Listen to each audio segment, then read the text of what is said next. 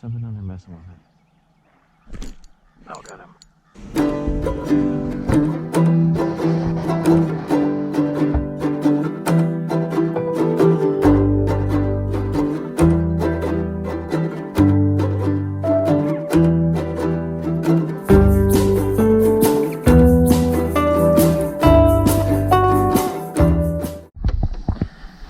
So we are here at Cruise Landing on the French Broad River.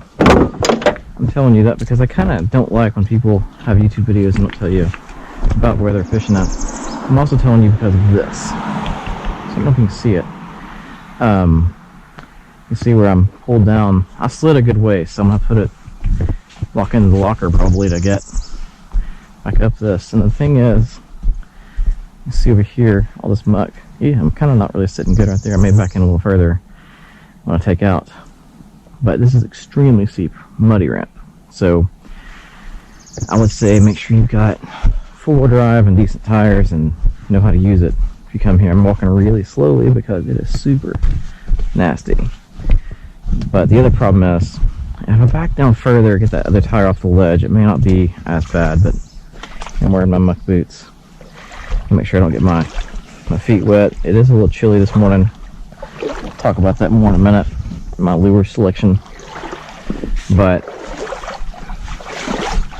the problem is, like, the kayak will stay in here right now, barely hanging on without sliding down on its own. But when it gets wet,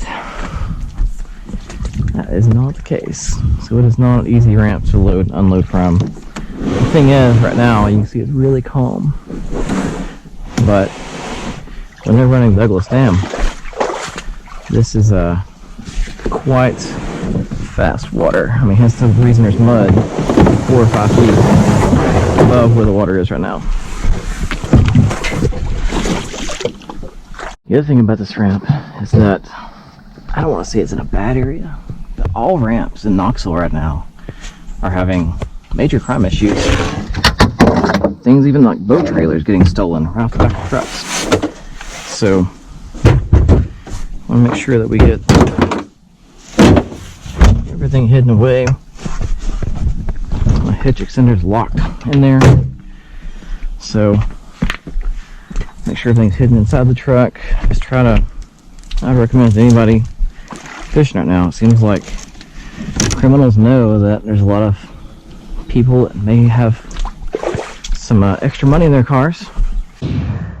See, just something on top of the water, and I'm watching my depth finder. It's slowly going shallower. You see those rocks coming up? Right, and on the bottom, the structure is changing on the bottom. So I don't know if I'm going to fish above this or below it, but I'm going to drift over it. There's a little notch right there. I can start to see the rocks now. And maybe we'll catch one. I'll turn the GoPro on if I do. But I just want to share that, you know, even things like these little cuts along the bank, anything different, I want to try to fish, because it's all, anytime you have a structure where it's all the same, trying to find something different. I've got a tough decision to make. I haven't gotten bites down through here. I've noticed a lot more of the banks compared to further upriver. I see on my depth finder how there's a lot of color on the bottom.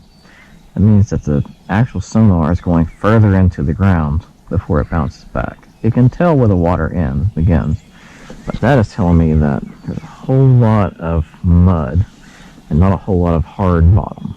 But behind me is a series of shoals. My concern is I don't have any way downstream to get out.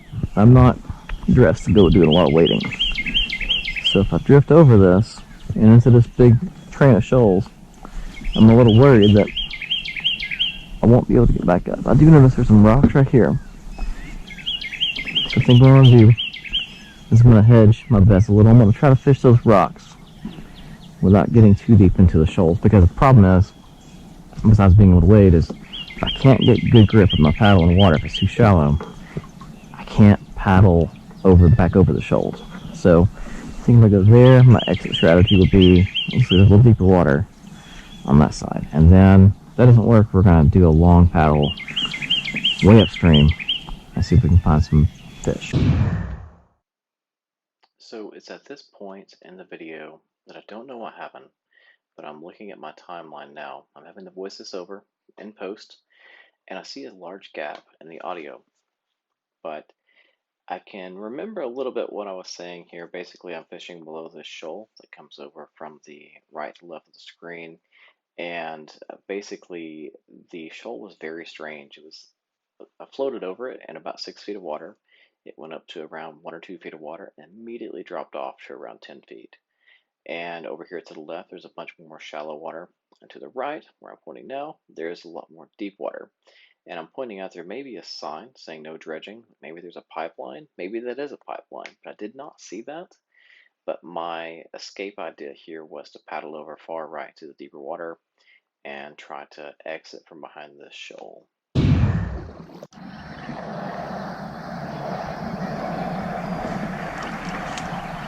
Finally got the bite I've been looking for. It wasn't where I thought it would be.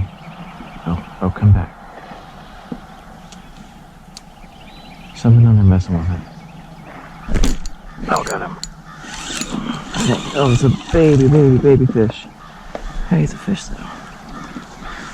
Oh, calm down, little dude. I know I hooked you right next to the eyeball, but I'll get you back in the water quick.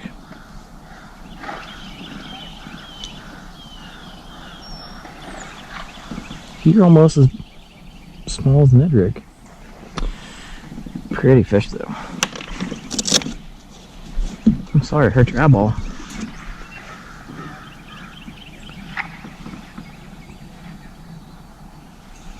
Alright, buddy.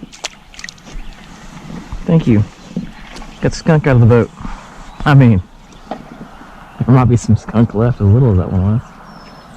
It tells me there's some little largemouth around. Just don't know if this is a promising area or not. We're gonna try a few more casts. I was sitting up next to that tree branch. Drifted back, just real slow. I mean, like painfully slowly working. Let's see if we can get maybe another one. I don't know. I feel like I'm worried I'm wasting my time by not getting further up, but I saw this out here and had to throw a cast at it.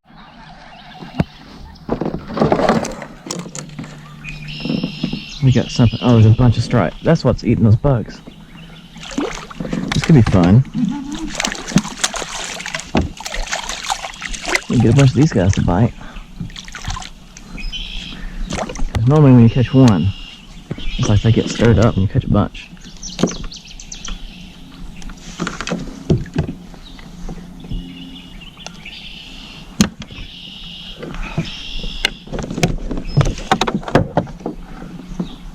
Not a bad little guy. Look how pretty those eyes are, buddy.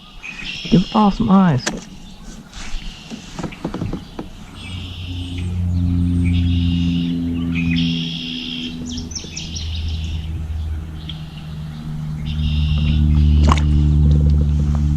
So got that one on the Kayak. I noticed when I was bringing this back to the kayak a minute ago, there's a bunch of flashes near it. I thought it's a bunch of little bitty stripes, like nothing big enough to eat it. Incorrect.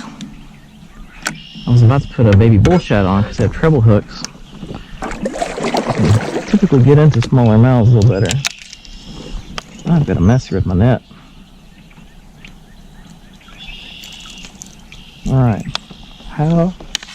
I don't know if I can do that again. If I try, so I'll unclip and wrap it around my paddle. We'll fish down to this creek.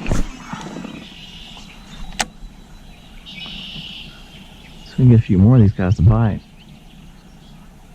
I'm okay with catching stripe all day. Little tiny baby. Come on. Big old smallmouth. We're stripe. It's not really the creek, it's like downstream of it. No such luck so far. Oh yeah.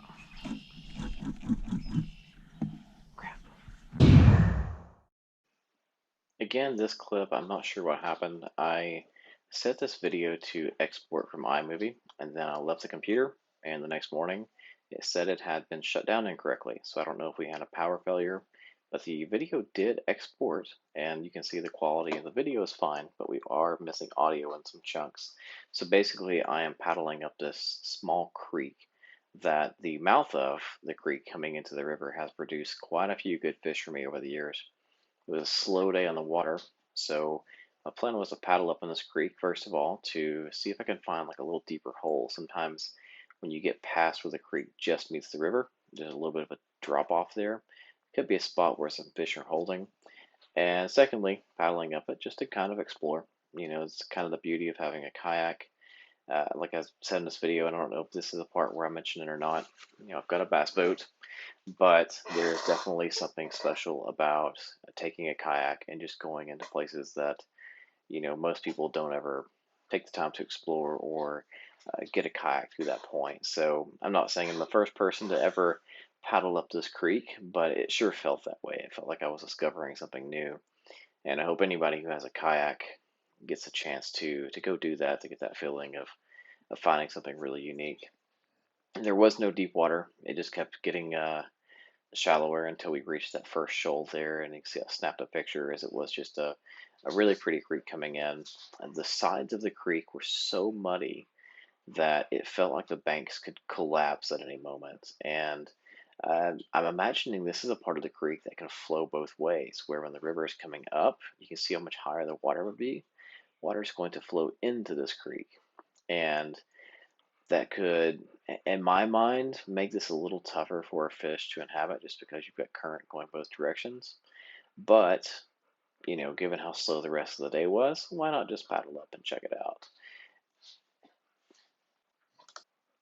One thing about paddling up in these creeks like this that are so shallow and very narrow is you have to be a little bit cognizant of, can you get turned around or not? And that's where at this point in the video, I'm trying to figure out, do I have to paddle back out of here all the way or can I turn around? I do eventually Right get turned now, around, as you see, and make my way pretty out. fun exploring. There's a bobber right there. Let's get it.